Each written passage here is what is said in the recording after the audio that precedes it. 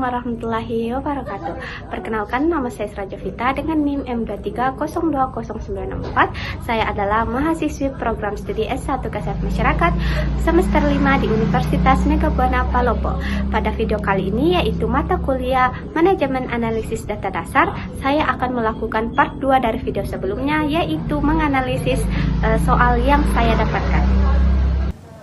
Jadi pada soal ini yaitu latihan 2 kasus 1 bertujuan untuk mengetahui apakah ada perbedaan pengetahuan antara ibu imunisasi sebelum dan sesudah penyuluhan.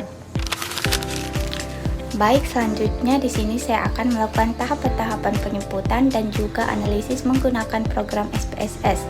Sebelum itu saya akan mengidentifikasi kasus yang saya dapatkan, yaitu kasus 1, di mana suatu penelitian dengan bertujuan untuk mengetahui apakah ada perbedaan pengetahuan ibu tentang imunisasi sebelum dan sesudah penyuluhan. Untuk itu diambil sampel sebesar 25 orang secara random dan sebelum penyuluhan dilakukan pretest, lalu setelah penyuluhan dilakukan post-test. Data hasil penelitian seperti terlihat pada tabel 1. Di sini kita lihat tabel 1 yaitu hasil pengetahuan ibu tentang gizi sebelum dan sesudah penyuluhan. Nah, di sini kita harus melakukan uji hipotesis yang tepat. Sebelum itu kita harus mengidentifikasi jenis sampelnya, di mana kasus ini merupakan sampelnya itu berpasangan, yang dimana pengetahuan ini diukur sebelum dan sesudah penyuluhan, yang dimana dilakukan pada objek yang sama. Lalu yang kedua itu kita lakukan identifikasi variabel dependen atau variabel yang dibandingkan atau pengetahuan, yaitu skala interval, di mana pengetahuan ini diukur dengan mulai dari skor 0 hingga 100. Lalu yang ketiga kita membuat hipotesis untuk kasus 1 ini, yang dimana hipotesisnya itu tidak ada perbedaan pengetahuan ibu tentang imunisasi sebelum dan sesudah penyuluhan. Itu untuk hipotesis H0-nya. Lalu yang kedua itu HA-nya atau H alternatifnya itu ada perbedaan pengetahuan ibu tentang imunisasi sebelum dan sesudah penyuluhan. Nah, setelah kita mengidentifikasi kasus ini, selanjutnya kita mengambil data ini pada kolom ini, lalu kita pindahkan ke Excel. Nah, di sini saya sudah pindahkan. Tampilannya seperti ini, terdapat sampel ibu sebanyak 25 orang, lalu pengetahuan sebelum dan juga sesudah.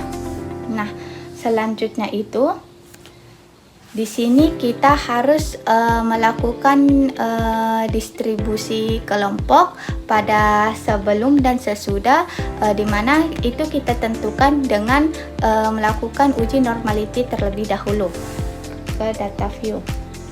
Nah, selanjutnya ini kita akan uji normality-nya dulu. Kita klik analyze, lalu deskriptif statistik, lalu kita klik explore, lalu pengetahuan ibu sebelum dan sesudah kita masukkan ke kolom dependent list. Kita masukkan, lalu kita klik plots, lalu di sini kita klik normality plots with test, lalu kita klik continue, lalu kita klik OK.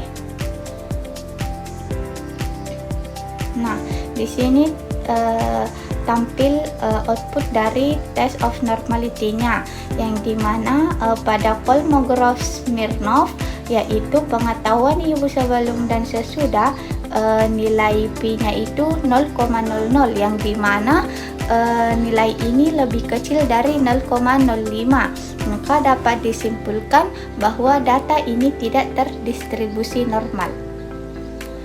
Nah, dari uji normality ini maka dapat disimpulkan bahwa kasus 1 ini merupakan sampel berpasangan, skala variabelnya itu dependen atau yang dibandingkan itu skala interval, dan data tidak terdistribusi normal. Maka uji yang paling sesuai adalah uji Wilcoxon Signet Rank Test.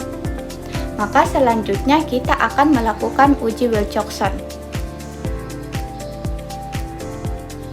Nah, Untuk uji Wilcoxon, pertama-tama kita klik Analyze, lalu kita klik Non-Parametric Test, lalu kita klik Legacy Dialog, lalu kita pilih To Related Samples. Lalu untuk pengetahuan ibu dan sebelum dan sesudah, kita masukkan ke dalam kolom Test Pairs. Kita klik dan masukkan. Lalu setelah itu kita lihat tes tipenya, yang dimana kita akan uji Wilcoxon, maka kita centang Wilcoxon. Lalu kita klik OK. Lalu di sini terdapat output dari Wilcoxon Signet Rank Test, di mana output pada tabel ranks jumlah rentang negatifnya itu adalah 51,00, lalu jumlah positif rentang positifnya itu adalah 225,00.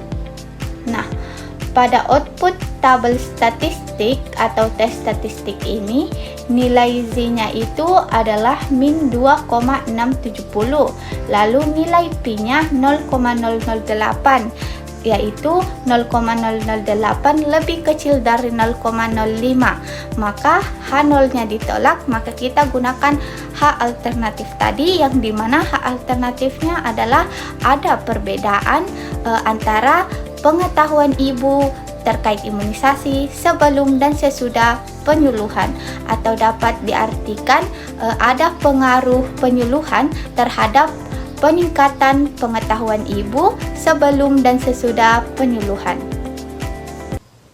Jadi kesimpulannya, berdasarkan hasil uji Wilcoxon, kegiatan penyuluhan efektif dalam peningkatan pengetahuan ibu tentang imunisasi.